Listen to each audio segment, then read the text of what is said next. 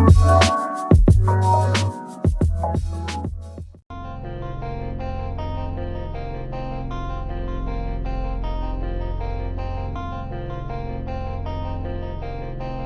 is a Silk exclusive.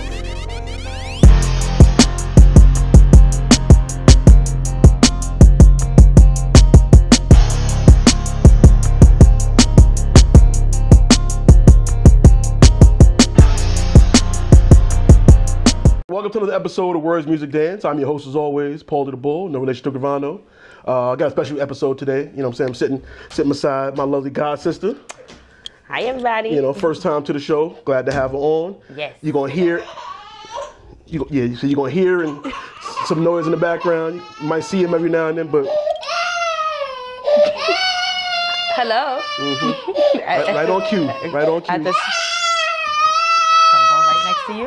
Okay. You smacked your hand too hard, huh? Okay. Okay. Go get your light. Okay, put your bubble. You come to me? Fashion. This episode is about you. Okay. But you gotta. All right. You can say it, but you gotta. All right. Rub the hands. All right, you back to business? Wash my cup. Okay. Go ahead. Go crazy. Go get your light. Right. So like we said, you may hear and see, some noise in the background. Little man gonna make a little noise, might make a few appearances and things. But before we get into that, Lakeisha, we've all been going through the pandemic and things. So Yes. How are you? How you dealing with everything? How's life? We're getting back to normal a little bit, somewhat. But how are you doing? It's not too bad. I have him, so he kind of like keeps me grounded, and I have like a balance of work from home, work outside of being a 9-to-5er. I get to hang out here and there occasionally, a little strip club, Oh, snap. a little brunch. Okay. Right. Slowly integrating back into a human being. Right. Right. But today, like I said, I wanted to talk about specifically a story that you've explained to me a little bit, but I want the world to know. I feel like it's something that could be helpful to some, informative to others. Just something that put out there. That's what we do here. Shout out to everybody listening. Shout out to everybody watching. I appreciate you, and I wanted to get. I know that my channel has been a little more male centric. You know what I'm saying? So I definitely wanted to get some more women's stories in here and get the women's side on things and stuff like that. So this one is definitely going to be for the ladies. But hey, men, like I always say, listen. Your woman, your sister, mom, everybody might be going through something too, whatever. So pay attention so when she says some things, what she talking about. You know what I mean? So Exactly. Let's start at the date, June 2nd, 2020. Greatest day of my life. What happened on that day? 8:53 a.m. See the exact time. I had Soren.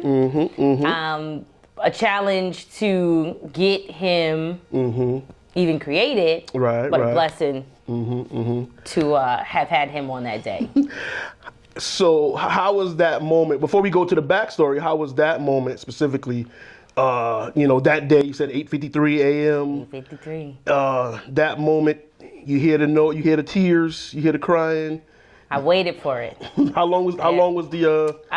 It probably took him a few seconds to actually cry. I had a C-section, so there's a lot going on, and I could feel the pressure of them removing him from me. So once I knew that, I was like, okay, I'm like counting down to hear the actual cry. And it was like so beautiful that I was crying. I instantly had the tears coming down my eyes, and I was like, I wanted to peek over the little thing that they have covering. I wanted to see so bad, but it takes them a few seconds to kind of like wipe them off. So they did lift him up and was like, here he is. And, right, get a little peek. And that was it. They didn't hand him over to me, which I think I was upset about. But they wrapped him up and gave him to his dad. So it was just, You know, I got to see him, and I just kept looking at him like, oh my God, like I really had a baby. But also frightening because it's like he's here now. He's here now. It's reality. It's Girl, you got work to do. Right. Got a whole person responsible for some time. So that day, here he comes. My life changed so much. So I went from being a single individual that had to worry about nothing but herself and a dog to having to worry about me, a human being, and a dog. Like, not a baby I could give back at the end of the day. Right. And shout out to, your dog, Al. He was part of the family as well. Yes. You know what I'm saying? We all miss him. Yes. He stayed around long enough to make sure his brother came. That's right. He had to make sure you wasn't alone, because he was how old was Al? 13. Yeah, and then dog years, that's a lot. That's a lot. We're never going to especially for a big dog like himself. So, yes. So, hold on, we talking. But we talking. I gotta. Look, light. Oh, you want to take you somewhere? Where we going? Light. All right, but I gotta do the show. Where we going? All right, let's go somewhere. We're gonna take a walk. Oh, to the junkie room. It's so junky back there. But I gotta do the show. Brief intermission. So Soren had to show me some things, but June 2nd was the date where this part of the chapter began. Yes. But backstory, when did you yourself say, you know what, I'm ready to be a mother, want to be a mother, want to? In my early 20s, I wanted a kid because I hadn't graduated college. And I'm like, if it happens, it happens. Not necessarily trying to have a baby. Ooh, sorry. Not necessarily trying to have a baby. So I kind of put the idea on the back burner until I felt like I was in a serious relationship. And then when I finally got in one, I think you try without trying. And kept, every month go by, and I'm like, okay, still didn't happen.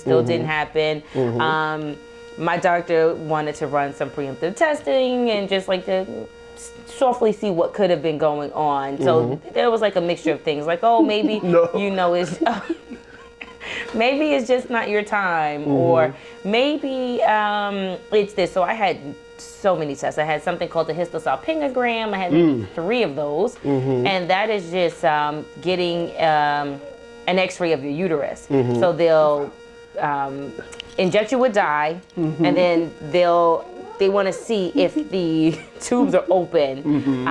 So one time I had to test, my tube was blocked. So they So what was the name of it? You said the histosalpingogram? histosalpingogram. Yeah, okay, back to that part. Okay. So after I did my second one showed that I had polyps. So I had to go in for surgery to get the polyps removed, and we were in hopes that now I would be able to have a baby without any issue. Didn't work. I was then put on Clomid. Clomid is normally a medication that will help you create eggs, and that runs the risk of you having multiples. The only thing with Clomid is you can only be put on it for a certain amount of cycles before it's ineffective. So I kind of wanted to spread it out. So I did a round. It didn't work. We tried to go back the natural route. It didn't work. An option for IUI came up onto the table, which is intrauterine insemination. So I'm gonna put all the words on the bottom there. Yes. So you can Google those. So IUI became an option, but at the time I didn't know how invasive I wanted to be. So I did research. I did research clinics. It was as inexpensive as $600. Okay. And I was like, I'm not really too sure if I want, still want to, try in my 20s at this point. Right. Then I kind of gave up at some point of time. I did another round of Clomid and I gave up because I was nearing the 3rd time. And I was at this point, was the doctors giving you percentages or chances, or they just? Nope. Okay. At the time, my doctor was just let's try this, and then see this specialist. I saw a slew of doctors. I saw endocrinologists, which they told me that I had a very low vitamin D deficiency, which could have been, a reason. But in your mind, you're like, how does vitamin D affect not having a baby? Right. So now I'm having prescribed vitamin D. I saw, at the time, my OBGYN's colleague, she was a fertility specialist in a sense. So she had me come in to do some like random testing, like blood works in labs and things as such. And she then had, well, it's hard for men. Men don't want to believe that they could potentially be the issue. So it's really hard to get your guy to come in there and give them a sample, you know. So my doctor then decided, like, all right, so have intercourse, come in the 3-day window, and we're gonna swab you and see what the see how the semen are working. No problem. It shows that it was me, you know, like, okay, the semen is fine, so there must be an issue here, but we never found like the underlying issue. I had to take a break from all of the medical exams and things and such, because I started to, I don't want to say I started to get into a depression, but like it wasn't one that I think anybody noticed. I went outside. I smiled. If you ask me if I'm okay, I'm perfectly fine. But when I'm home and I'm alone, I'm in a dark place. You think it's on your mind. It's like, you know, why not me? And I'm on social media and I'm watching everybody pop up with baby 1, 2, 3. And I'm like, how is it that not me? I think what also people don't understand is sometimes we're struggling internally, and it's, you know, it could be anything that's affecting us. You know, they tell you it could be stress, it could be this. And everyone that I encountered would ask, why don't you have a baby? What you waiting for? And people approach the conversation that way. Not knowing if there, you know, if there is a problem or could there be a problem, not even thinking about that. Just what are you waiting for? Why are you not doing it? Like you should have one already. And that's you know, social interaction. It's just, so what are you waiting for? And it becomes and you know, you're not waiting, you're trying. You know that, but they don't know, nor do people care really when, you know, and I'm guilty of it sometimes too. But people just, you know, just come right out and say, you know, you're up there 9 days, why aren't you having, you know, people just think that's a great way to start a conversation. You know, and I think it hit me one day. My mom and I were at work, and someone she grew up with came to my department, and my mom happened to come upstairs to see me. And the lady was like, "Oh, girl, how you doing? And how many grands do you have now?" And I looked at the lady and like, how does that even become like the first question you ask after how are you doing? And my mom was like, oh, none. And she was like, oh, I have 3. I just had one. My mom's aura just changed drastically. She seemed down. Like, you know, like shout out to my godmother. You know, I already know, I can picture that how that went. So yeah, I could definitely see that. Her demeanor changed. She seemed sad, and then she kissed me and was like, I'm gonna go back to my desk. When I knew that it was affecting my mom, I was like, okay, so it's not just, you know, me. My mom really wanted a grand time. Were you talking with her about that you were trying and the things you were? No, because she was one of those people too that was asking like, so when you gonna baby? When you gonna ask? So you really didn't discuss it with nobody? No, I was kind of like internally dealing with the idea, because you don't want to come off as like I can't. I'm one of those doers. I will try anything and everything. I will do it myself. So to come off as one of those people that like this simple thing, like what should be so simple, I can't do. So sometime after that event, I decided I wanted to leave Lenox Hill Hospital and pursue a different job, because my mind also was in a place like, okay, if you ever get pregnant, you have to be to work at 6 a.m. Who's keeping your baby? At 4 a.m. Because you got to drop the baby off. It's super early. And I was just saying I needed to make like some modifications to my life in order to start setting myself up to have a baby, because I knew it was something I really, really, really wanted.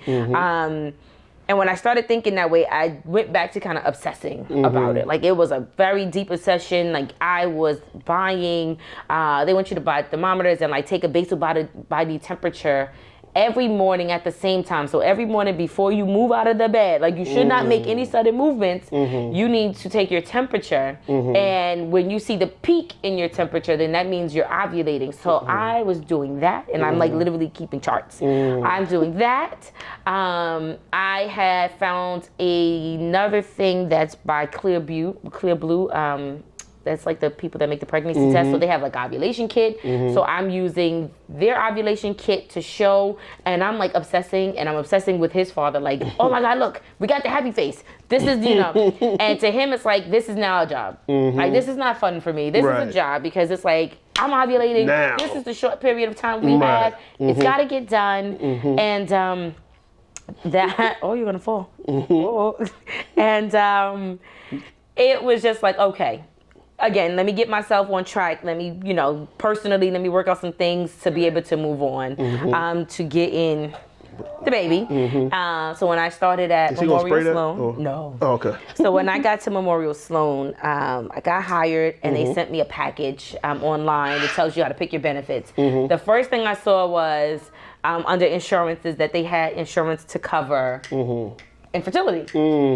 I knew automatically, like, this is the place for me. Right. Because my current job doesn't pay for it. Right. And it gets pretty pricey. Right. So now I'm at the new job, and our benefits become available automatically. Nice. And I was like, I'll waste some time. I don't want to just jump into it. Maybe 3 months in, I called and just, inquire about the benefits. And they tell you, you have 3 IVF cycles under them.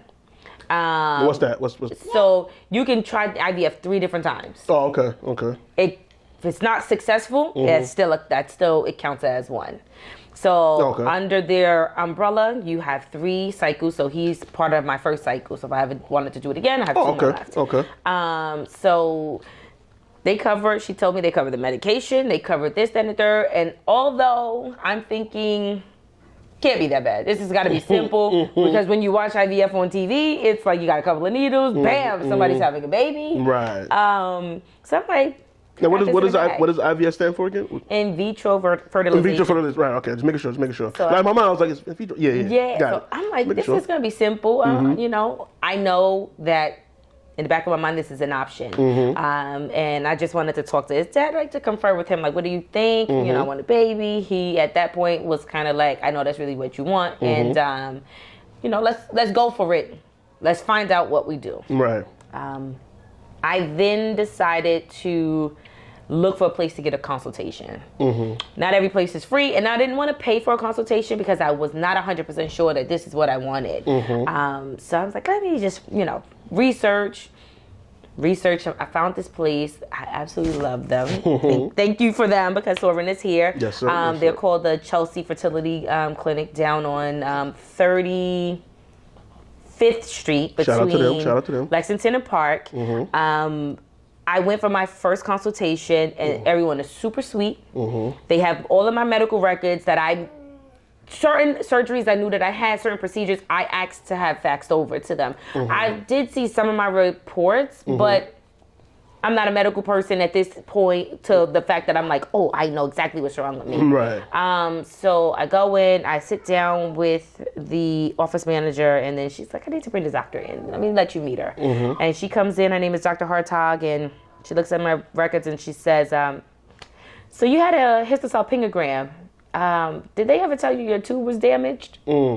At this point, it is like 8 years later from the date of that test. Right. And I'm like, never heard that. And she's like, are you sure? Wow. I'm very positive. Right. I wouldn't have tried as hard as I've been trying. Right, because you would have focused on this specific thing. What can we do about this instead of just saying, is it this, is it this, is this, is this? And she said, I can get you approved from your insurance with this one form. And I said, okay, all right, so what's next? She said, well, when do you menstruate? And I'm like, well, I'm going to Jamaica, but like maybe like in a week. And she said, come back on that day. That was in 7 days. I said, okay. I'm excited, but I'm also very nervous at the same time. So I'm like, I didn't have much time to think about it because I wasn't expecting her to say that. Right. So Because you kind of got an answer to the why. You know, now you kind of got to like, okay, wait, because sometimes when you hear the answer though, now you kind of either get the realization of it might not happen now because of this, or it's like, okay, maybe there's a chance now because now we can focus. So yes. you got both, things going on in your mind. So, I go to Jamaica. Oh, yay! Wow. Down the slide. I go to Jamaica, and when I am actually returning home. Sorry. Excuse me. Thank you. Leave thank you, it sir. with your stick up here. I called the office to say that my time started before I was supposed to, but I wasn't back in New York yet. I was like on a layover, and they're like, "That's fine, just come tomorrow." Okay. So I'm like, "Okay," and I tell you, things move very fast. Tomorrow was here are your needles, and let me show you what to do with the needles. And I'm talking. You up, but that's what you're watching. Not bye-bye. Go watch your ba in your room, okay? Here, get your cards. Wait, look, show me your letters. What letter is this? No. F them letters right now. No. Hey. Gotta edit all this out. No. No. I said no.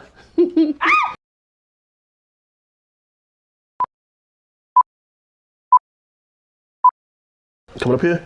All right, so what were we talking about now? So you're up to Jamaica. You just got back. And Needles. We're back at needles. So the day that I go to the office, the day is like blood work for me, blood work for his dad. They just need to make sure that he has like, a good lab workup. And then they take me into the room, like a procedure room, to show me how to inject myself with the first round of needles. Okay. Sorry. Hey, go drink your milk. Sit down. Thank you. Come on. I think everything's funny. Go ahead. So they let me know like what happens with the first round of medication, which is about 10 days. 10 to 11 days of medication. So there's 2 injections that you have to give yourself in your belly. These are to create eggs. So they would like you to have as many, they call them follicles. Okay. They would like to have you have as many follicles as possible that gives you a better outcome in the long run. Okay. Yeah, put the light on. Sit down. Put the light on. Ooh. So, his dad is like completely like mortified by the needle process. So you had to do 2 a day? 2 a day. At the same time, or? They're at the same time every single day. So every day you have 2 needles. So if you start at 2 p.m., every day you need to be available at 2 p.m. to give yourself these needles. So I tried to go with the time that I'm usually home from work at 7:30. I shouldn't normally be outside, and it's 10 days. Like, never going to be outside. I find myself giving them to myself in a BJ's parking lot at 7:30 one day because I was not home and I had to travel with it. Right, because it got to be that time, no matter where you're at, no matter what's going on. Yes. That time. And it has to be cold. So when it's delivered, this medication is like specially mailed from certain pharmacies. I forget where they come from, but it comes like with cold packs. It is literally like, it comes in this huge box. And so when they tell you, they give you a little thingy. So like if you're going to travel with it, like keep an ice pack with it because it has to stay cold. And it's called like, oh my goodness. Really? Okay. It's Cetratide and what? Why did I was get sued by the dream. Okay. I took it off. Okay. So maybe he won't be able to do it. So the first, I can't remember both names, but Cetratide is one. And what, are you kidding me right now? Bro, how do you keep getting into the music? Okay. Where is the music app? Jesus. Soren. You know what? Let me just take the Bluetooth off, because what is happening? Disconnect. Here we go. Yeah, you can do whatever you need. So you said Septipide, what's it called? Cetratide. That's the name of the liquid or whatever that you're injecting? Yes. Okay. There's another one. It's Menopure. So one shot was Septipide. Oh, you shooting me? Okay, I just did a forget device. Okay. I will. So the one shot is what's it called again? Cetratide. Cetratide. Cetrotide. And Okay. the other one is Menopure. Menopour. And you had to take one in any order, or it had to be the same order? Okay, but it had to be together, They same had to time. be done. Yes. I have videos of me injecting myself.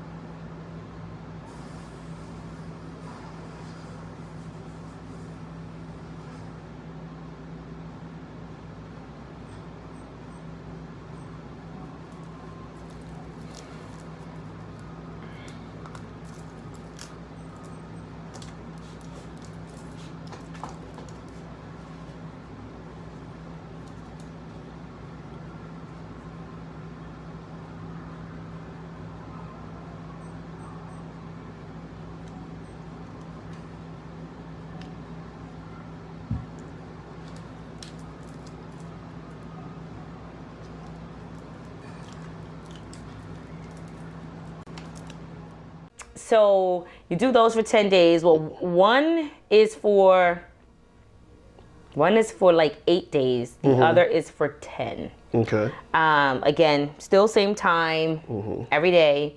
Once you hit that last day, then you have to go and get a trigger shot, but I'll get back to that. Okay. So every day while you're on this medication, you're literally at the doctor's office every 2 to 3 days. Every 2 to 3 days. They need to monitor the sizing of the follicles to make sure that they're actually growing, and they want to make sure that they're growing at the right pace, because that medication is supposed to rapidly increase how big your eggs are. I forget the size that they're supposed to be, right? But when you go in, you get all these sonograms, and you can actually see them clustered up. Then they'll let you know, like, okay, so you have, like, on the last day of your medication, they'll let you know how many eggs they see. And then they'll prepare you for your trigger shot. So they'll write your prescription, you get a trigger shot, which you have to get from certain specialty pharmacies. So luckily, the pharmacy was one train stop from my job. But if you don't live in this area, you are searching hard for a specialty pharmacy, because so many people are doing IVF now. That medication is very limited to find. Thank you. Here you go. So the trigger shot has to be taken within 72 hours before your next appointment, because it literally tells your brain to release those eggs. Okay. So those eggs are now floating down out of your ovaries into your uterus, and this is the perfect time for them to come in and take them out. Got it. So now you go in to get them removed, and they put you to sleep. It's a procedure they must put you to sleep for, and I will tell you, it was very painful after. What you don't read when you read about IVF are these things. So I'm thinking, talk about it. I'm thinking, all right, so I'm gonna have some injections. Gonna get pregnant. That's it. Right. I'm not thinking of anything in between. Because then I'm saying to myself, how do you think they're gonna get these eggs out of you? How do you think they're gonna put it back into you? Right. It was never an idea, so I'm doing research, but it was really difficult for me to find that middle part of the procedures. So to get them, they cut you or they go up in there? No, they go inside and then they use a aspirator. So it's a very small needle. And they're watching it on the ultrasound camera, and they are removing the eggs from you. So I have 14 eggs. Okay. And then did they have a setup, was it a range of how many they expected, or? Every woman is different. So the younger you are, the more you can produce. Okay. The older you get, it is harder for you to produce a multiple amount of eggs like that. So like in your 40s, you may have a good 6, and you might have a viable 2. Gotcha. It's better to do it in their mind when you're younger, because studies show that you get more eggs, you get more options. Right.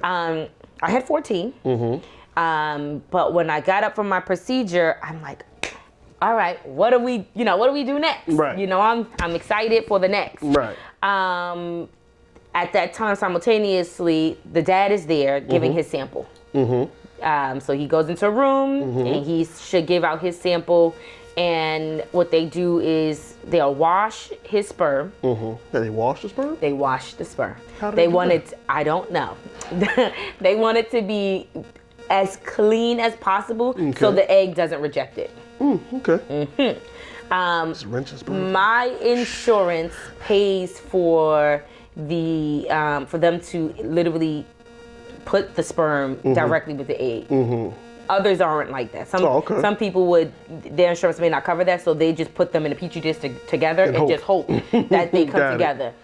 My insurance is now, thank goodness for great insurance. It's no, we're gonna create these babies. Right. So that's what's up. So they did that. After the washing, they see how many I have. So every day for the next 3 to 4 days, you can call and see what's happening with your eggs.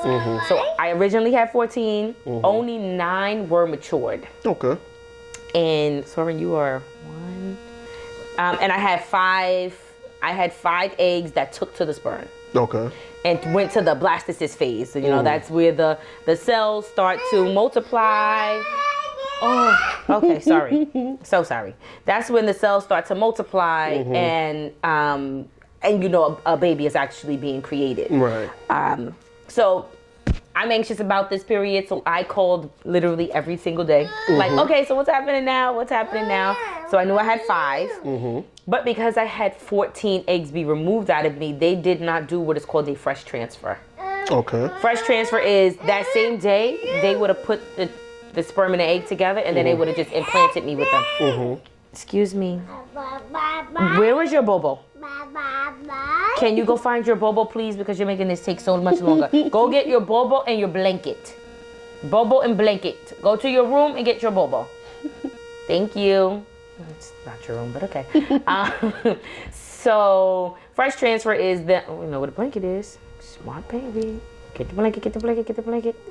Not that. Distraction. So, again, fresh transfer gives me gives you the opportunity to like start your process at that day. My doctor did not agree to that because he said that I had way too many eggs, and you can go into something called a overly hyperstimulated ovary. Something else. Basically speaking, my oh God, don't squeeze it. My ovaries could have shut down. Oh, okay. And then we can't have any babies after that at all. So that's not promising. Luckily, you have to have somebody advocate for you because, you know, there's not much that we know going into this. Sometimes we know what we know, which is some of what the internet tells us, but we don't know what's good for us and what's not. And I'm happy I had that advocate to say, we can't allow you to do that. So I was a little sad, but I had to wait another month. So I had to wait till my menstrual came for the next month, which was in September. So it wasn't really too far. So you are killing me. You cannot eat this because this was in your bag all night long. Bye,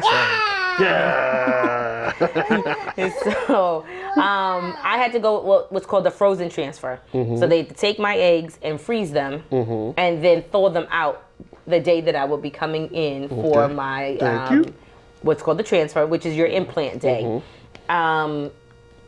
That day was like very exciting for me. I waited a full month and I'm like, I'm ready. I did not choose to test my eggs. Anybody that does this, you are very much in your right to test your eggs. It does cost per egg. And because they took 14 out of me, they would have tested all 14 eggs at $500 an egg. Okay. Do the math. Right. Now, is it $500 due to your insurance or facility? No, every facility is different. We're recording. Dude, come on. All right, come on. A few minutes later. So that's what I was asking you was the $500 per, was that price based on your insurance, or that's just?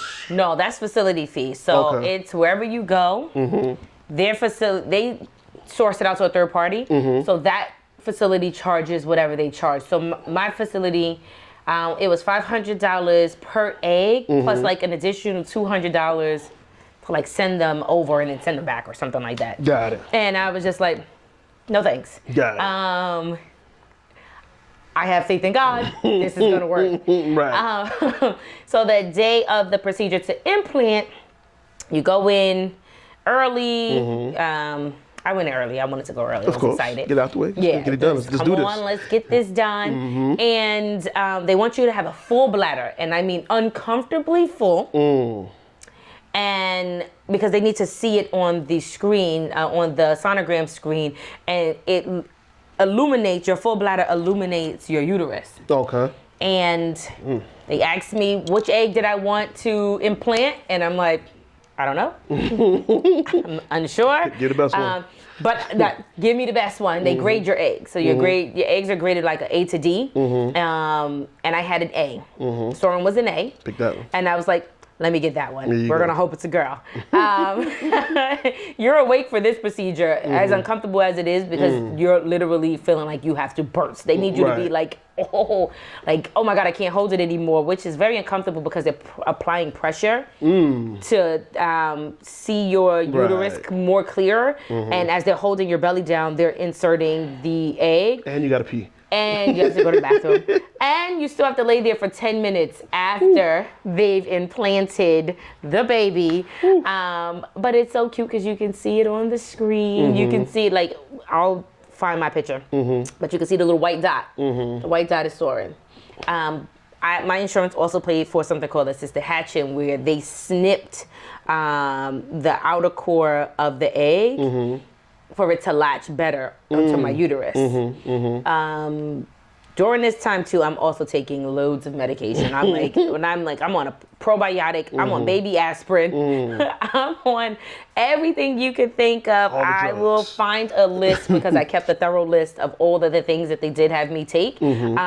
It's in their mind is to keep your uterus like a warm and comforting place for the baby.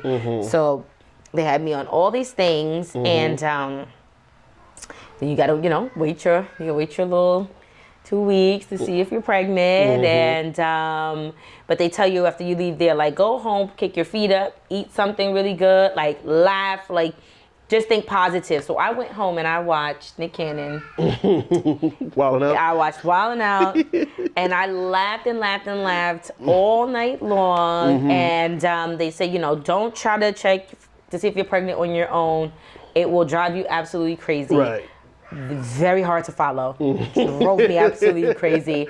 I end up taking a test, and I was looking at the test, and I was like very unsure. So I'm texting all my pregnant friends, like, what y'all think this is? Because it's all these like weird looking lines. And then I'm like, okay, no. All right, I'm like, don't look at it anymore. The next morning, I'm like, oh, I can't do it. I gotta take another test. They tell you first urine is the best one. So I was like, no, this one really looks pregnant. Really does. I'm gonna like hold on to this one. Mind you, I'm going to the place to get my levels checked the same day, and they said, I'm in there smiling, and they're like, we know you checked. We know you did. You look like a person that did not listen to anything we said, and I was just like, I don't know what you guys talking about. I don't know. And my levels were great. They called me in the end of the day and were like, you're pregnant. And in my mind, I'm like, I knew it already. So excited, like such an out-of-body experience, because it was like the moment that I really, really, really waited for. I found out on October 18th, which is Kiana's birthday, and she called me. She was away on vacation. I think she was in Mexico. She called every single day. Are you pregnant? Are you pregnant? Are you pregnant? Are you pregnant? Are you pregnant? Like, are you pregnant yet? Like, do you know if you're pregnant? Like, she was so excited, and I didn't want to tell her because I didn't want, if it was bad news, I didn't want her to be away and being sad and down. So I was like, I'll wait for her to come home and like I'll like surprise her. But the greatest feeling ever. Dope. The greatest. Awesome. All in all, I remember, so you had to do the 2 needles a day for 10 days. Yes. There were other needles involved somewhere too. What was the other? Yes. So once you have your implantation, and every place is very different. My place put me on progesterone because your body would normally create that once it knows it's pregnant. But you're mechanically pregnant, so your body doesn't know. Your body has to play catch up. Okay, got it. So I was like, oh, okay, well, shoot, I can take these little needles, because the other needles were like super thin and super tiny. And they were like, no, that's not what that's going to be. But we'll submit the prescription for you to pick up tomorrow and go get the prescription. That's and when I went and got them, I was looking at they gave me needles, but then they gave me like needle gauges on the side. And I was like, well, these must be wrong. These things are thick. They're like a 12 gauge. This is a very thick needle. And I was like, this can't be right. But you go in because they have to teach you how to inject yourself. And I'm thinking this is like a short period of time. It's your whole first trimester every single day for 12 weeks. You're giving yourself these needles, and they have to be at the same time as well. Okay. And that's one a day? One a day, 12 weeks. 12 weeks. Same time. 7 days times 12. 12 gauge. And with the 12 I gauge. don't even know what that means, but it's just, I think a shotgun, I think a 12 gauge, so that alone just... So yeah, so you think about it like this. It's a thick needle because the progesterone is actually, it's an oil. Oh. It's not even wow. like a So thin, it's thick. So the needle has to also be thick because the needle has to go into your muscle of your butt. Oh, wow. Yeah.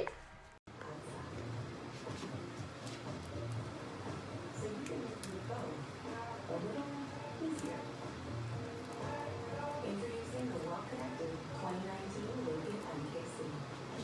Lease the Lincoln MKC for only $319, only at your Lincoln dealer.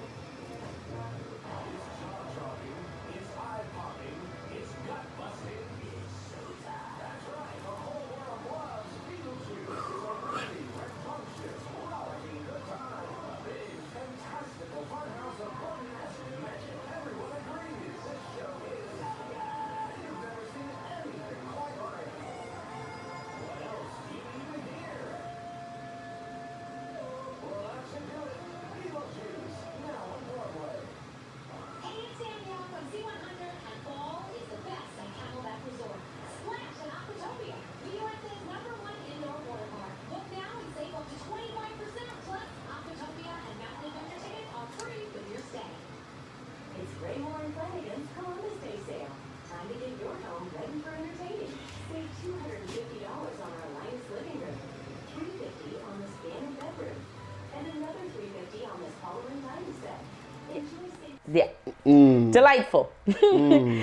In my doctor's office, they drew circles on my like outer butt area with a marker and was like, you could only do within this range. Okay. You cannot shoot yourself wherever you want. Right. It's like a very small range of an area. And then like, you know, you're going to have to like massage it because eventually it's going to knot up. Right. It's going to bruise up because you're utilizing the same, bring your bubble machine. Get your bubble machine for mommy. You're using that same area repeatedly. I did them myself for maybe like a week and a half. Yeah, no, I think I did it a little longer than that. But then my stomach started to get big and I couldn't turn myself anymore to reach the area. And you need two hands because it's an oil. You can't just. You got it right. You have to like hold it like this and get that thumb. And sometimes that didn't work. So when you're here and the belly is big, you're like, I can't, you know, and I'm a righty. So bye-bye? No bye-bye. But I just really want to get through this. You have so much bubbles in your hair. So we literally, come on up here with mommy for a minute, for a minute, with me.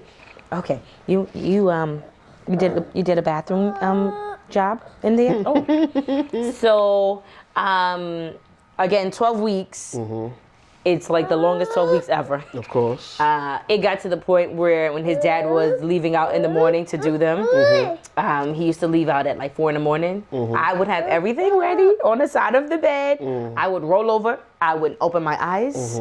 I would just be like, inject me. Inject me, please, and go. But again, 12 weeks is a short amount of time. Right. You think about it, you shouldn't miss a day because if you miss a day, you could potentially miscarry. So I was like very much on top of I didn't care where we were at, what we were doing. Right. Inject me, please. Now at this point, you're not telling anybody because you still want to make sure you get through that first trimester. Yes. I kind of knew. We always celebrate Thanksgiving. Yes. So like you said, that was October when you found out. That's when the process started. Thanksgiving. I'm looking at you, and I'm like, something's different. Big sweatshirt. Yeah, I'm like, you always make daiquiris and things. You didn't have none. I made my first. You made one, but you didn't. But I was like, something. And then I didn't have another. Right. Yep. That's what it was. I knew, but I was like, something different here. I'm like, I'm gonna make mine first. No one will notice. It'll be a virgin. Okay. And then I'll do everyone else's. That's what it was. As I was in that groove. But I didn't say nothing because I ain't, again, like we said, I don't want to become like, you're pregnant, aren't you? Like, I ain't want to just be, but in my mind, I'm like, she's pregnant. Yeah. But again, I know most women don't like to say nothing yet until they make it through that first time because they want to make sure that's the danger period where it's like you're more likely to miscarry and things like that. So, exactly. So I knew, but I was like, I think she's pregnant. And I think I told Naya, because I went down for Christmas. I think I was like, I think Keisha pregnant. And I forgot when you announced it. In January. Right. So it was So it was so, and I was like, I think she's pregnant. I took a picture for Christmas. We had on matching pajamas, and somebody that didn't know, she DM'd me and said, "Is it me or do you look pregnant?" I took the picture down immediately. Right. Took the picture down because I was And like, I didn't want to be that person to just be on some. You look pregnant. Like, no, I'm just gaining weight. Like, you know what I'm saying? Like, I didn't want to, because again, that's something you don't do to women. You don't just go say, "Oh my God, congratulations," and then it's like, and then it'd be nothing. No. And you're like, I'm just fat. Yeah, I'm going through something. I got a thyroid condition. You know what I'm saying? Like, you don't know. So, but yeah, I had the hint and the inkling of it, but just wasn't sure. You confirmed it that January. Yes. Obviously, everybody was crazy. It was happy. I thought that he was gonna be a girl. Yeah. You couldn't. Here you go. I don't want you to spill it. When did you find out it was gonna be? That day. I found out when everybody else did. Okay. Kiana went with us to the doctor that day. Stop. And she was the person that left with the envelope. Okay. Oh yes, I remember. Okay, yeah. My mother didn't want to know too. She wanted it to be a surprise for her as well. So we didn't immediately inform her. Sit down on the floor with the bubbles. Sit down with the bubbles. Go ahead. Because if at least you spill it, it's okay. Yeah. And then I remember, I think after you announced it and stuff, I saw your mom.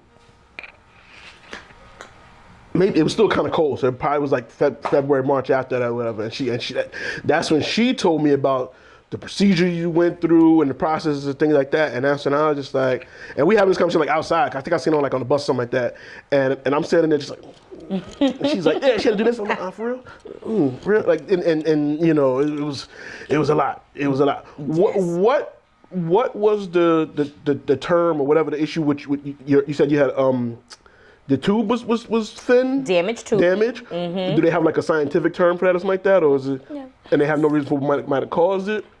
They're thinking it could have been from me having the surgery. So you shouldn't have too many like surgeries like around your uterus and stuff, because it does start to like cause like damaging and scarring. And in 2012, I had a cyst the size of a golf ball burst. Okay. Which put me in hospital. And I had to have emergency surgery, so that was surgery 1. Got it. And then I had the polyps, and then that was surgery 2. Right. So she's thinking that somewhere along that line is where I probably, Got it. got caught, the damage was caused then. But you can't really say. So it's not like it's like, oh, let's go sue the doctor. Right. I was disappointed in my doctor because I had him as a doctor for a decade, and I felt like all the conversations that we had, it was something that he definitely could have said to me. Right. You trusted or the maybe doctor. even look into it a little bit more. I think he probably read that and was like, no, if we still do these things, it'll still, work. He did try with me. I'm not, Right. I still adore him. But then I also started thinking that he was getting a little older, and it was making it easy for him to like miss things. Okay. So getting a fresh set of eyes to me was like the best thing that I could have did. Right. And from there, going to meet Dr. Hartog was actually like, oh, you have water in there? Yeah, I did. No more. It's all good. It's bubbly now. Yeah, don't spill it though. Oh, goodness gracious. Yeah. But the thing with the IVF, once you're pregnant, there's certain things that can happen that are like side effects of your IVF. And again, these aren't things that are Right. publicly That's not the brochure. announced. Okay, It's it's like pamphlet they give you. we're gonna get you some needles. You're gonna have a baby, and then you don't hear the other scary things that can happen. So I wound up with vasoprevia. What is that? Vasoprevia is So where like some cosmetics. So my uterus, my placenta was over my cervix. So you can't push because you have that blocking. Okay. So that was one of the reasons why I had to have The C-section. the C-section. And then I had what was called velamentous cord insertion. That's like something Harry Potter. I will text that to you so you can, input here. So that is where your umbilical cord comes off the side of your placenta. Oh. So in normal terms, in every other pregnancy, like it comes through the middle, feeds your baby properly. Then it's something called marginal cord insertion. So I had marginal around the appointment where I found out the sex. They came out and they were like, well, we just want to let you know that, that you have marginal cord insertion, but things are going to be okay. Don't worry about it. Right. As you grow and he grows, the baby grows, like the cord could then shift back to the middle. Okay. Like, okay. They're like, but if worst case scenario, we would go from there. And I'm like, well, what's worst case scenario? Right. They don't tell you what's worst case scenario, so I go Google it at my desk. I leave my job crying. Right. Like absolutely in tears. I couldn't even stay. Right. Because That's on your as mind I'm now. reading Velamentis and I'm looking at the pictures, it tells you that this is harder for your baby to get oxygen and for your baby to get the nutrients that the baby needs to survive. So babies that are born with that are very much under low birth weight and have they have a risk of not surviving. Right. Who can sleep after they do that? Yeah. That's a lot to take in. I'm in my house crying, like, oh God, I'm gonna hurt my After baby. all this, Hurt now my baby. this. So I just read online that sleeping on your left side is like the best side for like oxygen flow and for blood flow and things as such. And they wanted to monitor me, very closely for his birth weight. Get your bubbles. Where's the bubbles? And right there. he actually was doing very well. Okay. They thought he was going to be way smaller, but homeboy was growing. How many very pounds well. stuff was he when he was born? You remember? 7'3". Okay. The visit right prior, he was like 6'8". So he, in 2.5 weeks, he gained. So that was very promising for them. What's the line that they consider healthy? It really determines on how far along you go. Okay. I went to 37 weeks only because they were nervous that I would have went into a regular labor and I would have ruptured the blood vessels. So the placenta moved. Excuse me. Hello. Go get this right here for me. Get your cup. Cup. They actually, be careful. They actually wanted to make sure that I didn't, die. Right. Because the blood vessels were, if you push accidentally, that is his main blood supply, and it also is yours. And this could turn out to be really bad.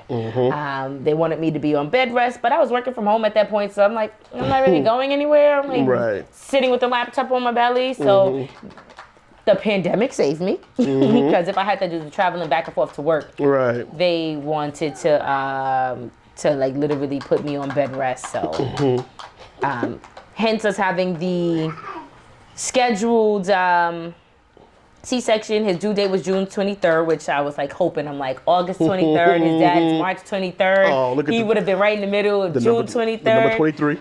Yes.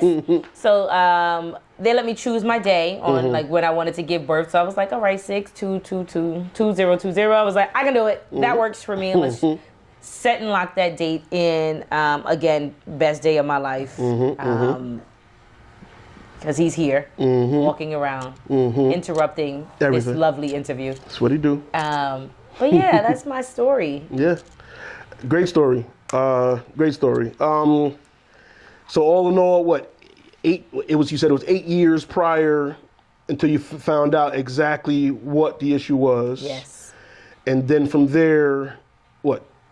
About just months. It was at that point. It was just. It was a week. A week, yeah, it was right to in. get started. Right, you have to wait the next month to actually do the process. So I started actually giving myself the injections on my birthday, August 23rd of 2019, and we were confirmed pregnant October 18th. So pretty quick. Pretty quick turnaround with a frozen transfer at that. So, right. Yeah.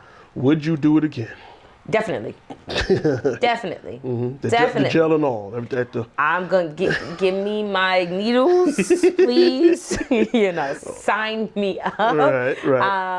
I think the picture with him right in the middle, And I think you had the quote, was it worth every shot? Worth every shot. Worth everyone. That's exactly that. That's like that probably the title of the episode. But that like you said, you forgot the exact number you said. It was. We can do the math on it. The first 10. The first was 10 days. One is 10 days. So that's 20. 20. Then the trigger shot. So that's 21. And then it's 7 days for 12 weeks. Right. Yeah, we'll do the math. Yeah, the math. But like I said, that picture alone, just seeing that picture, and he's laying there like fist in the air. Did it like that was like the hardest shot to get of him. Really? Oh my goodness. So he kept coming out of the swaddle. So the arms out of the swaddle. Everything else is in the swaddle except for the two arms. And I was just like, oh gosh, this baby. He didn't like to lay alone at that time, so he wanted to be held. It was so, like, oh, please let me just get one good photo. Right. No, that one is perfect. Like that picture is just like. It epitomizes everything. It's like the needles, but he's here, so you know the end result. Like he made it. Yes. Got it. You're a mom. How was that first Mother's Day? Because you kind of just missed it. He was born in June, but did you celebrate that one? Missed it. Yeah, kind of, sort of. But the following year, he was here. You got to celebrate it with him. How was that first Mother's Day? It was beautiful. We went out to eat, and Mama's boy, so he was like, I don't want anyone in here to touch me. Of course. Just my mommy. And I'm happy I had a son first, because it's like that love that you require and you deserve from the male species. You get that from your first son. And it's how he'll come over and he'll grab my face and he'll look at me and then he'll kiss me. It's so beautiful. Right. And when I have the daughter, she'll belong to her dad. And after the first Mother's Day, we celebrated his first birthday. Yes. That was fun. I documented that a little bit. I had posted those videos up and showed, the Sesame Street theme, and he was not feeling it. It was hot in there. It was It was lots of crying. We got through it. We made the best of it. Yes. It was everybody was there. It was lovely. Gifts and celebration. Coming. Yeah. Do we have a plan for Disney? Okay.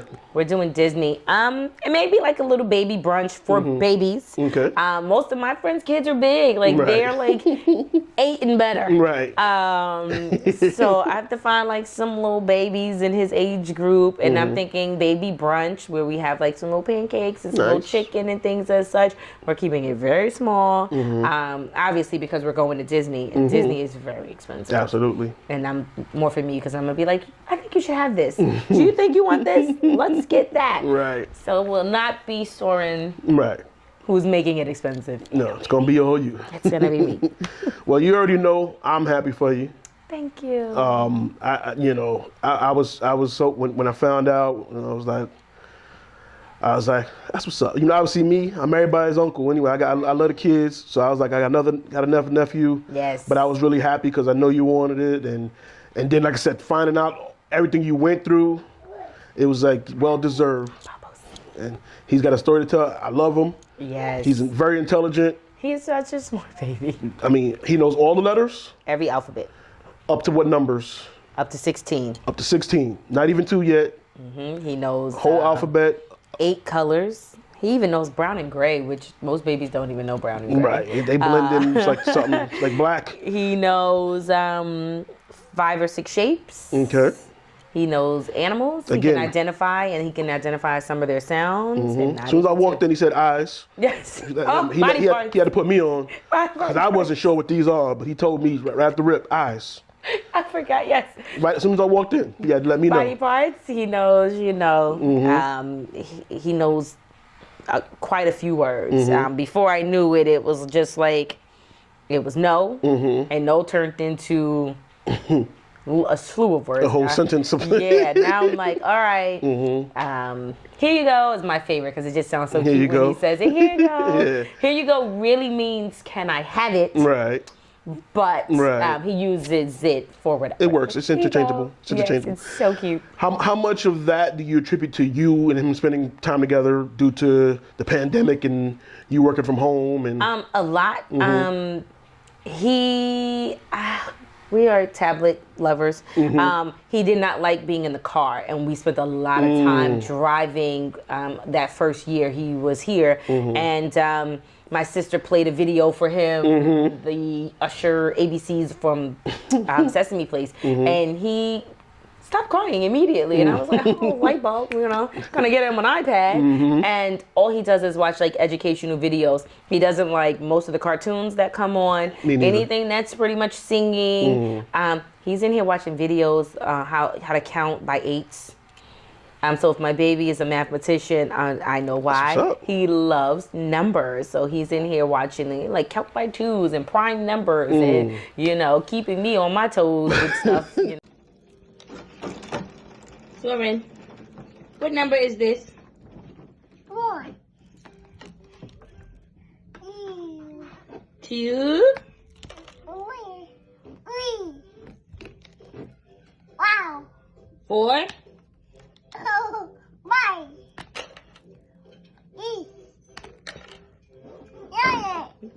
8. Look. Look. Bobby, look. Hello?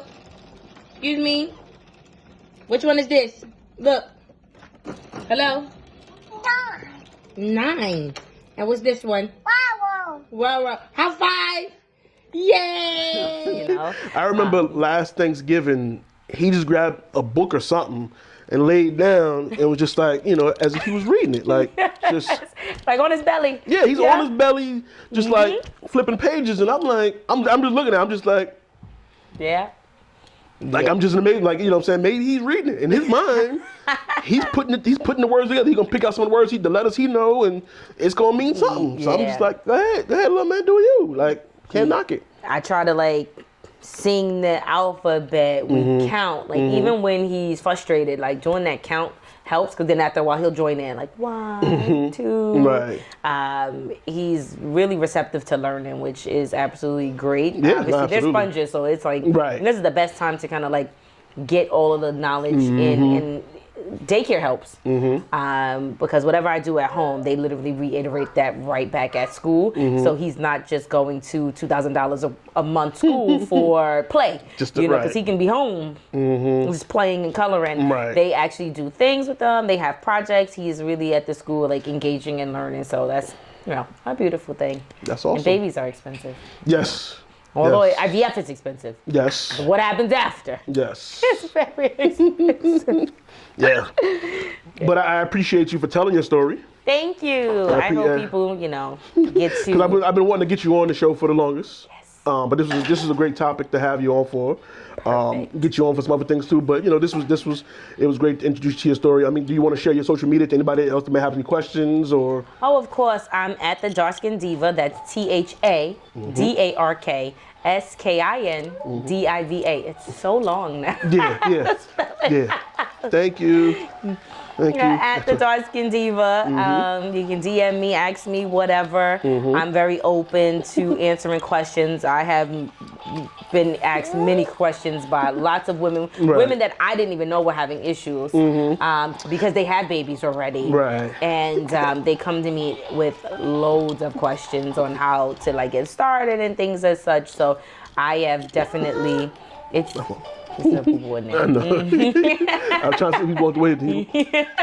It's definitely, my pleasure to help anybody that has any questions. Awesome. So yeah, you can hit her up if you got any questions about it.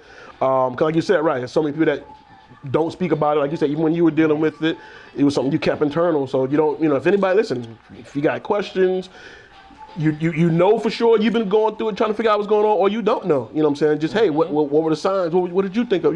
That's what it's all about. Information. Information is important. You know what I'm saying? You don't know what you don't know until you find out you don't know. You know what I'm saying? And if you can talk to somebody who do know, who went through it, can recommend, what I'm saying? Like you said, you spoke to your one doctor for the longest. You ended up, talking to some other people, and instantly, right, that second opinion instantly said, oh, it's this. That's it. Fresh set of eyes always works. Right, and get right to it. So, yeah, blessings. The conversation continues. Shout out to everybody listening. Shout out to everybody watching. Like, share, subscribe, do all that good stuff. Say thank you. Look. Comment below. Say hi to Soren one more time. Look, Look, hello, like this, like this. Okay. Yeah, he over there. Again, you seen him walk through, and I got to hold this because he looked at me funny when I turned it off last time. So he's like, "What you doing?" I didn't tell you to turn that off. But see you on the next episode. Yes. You know, later, y'all.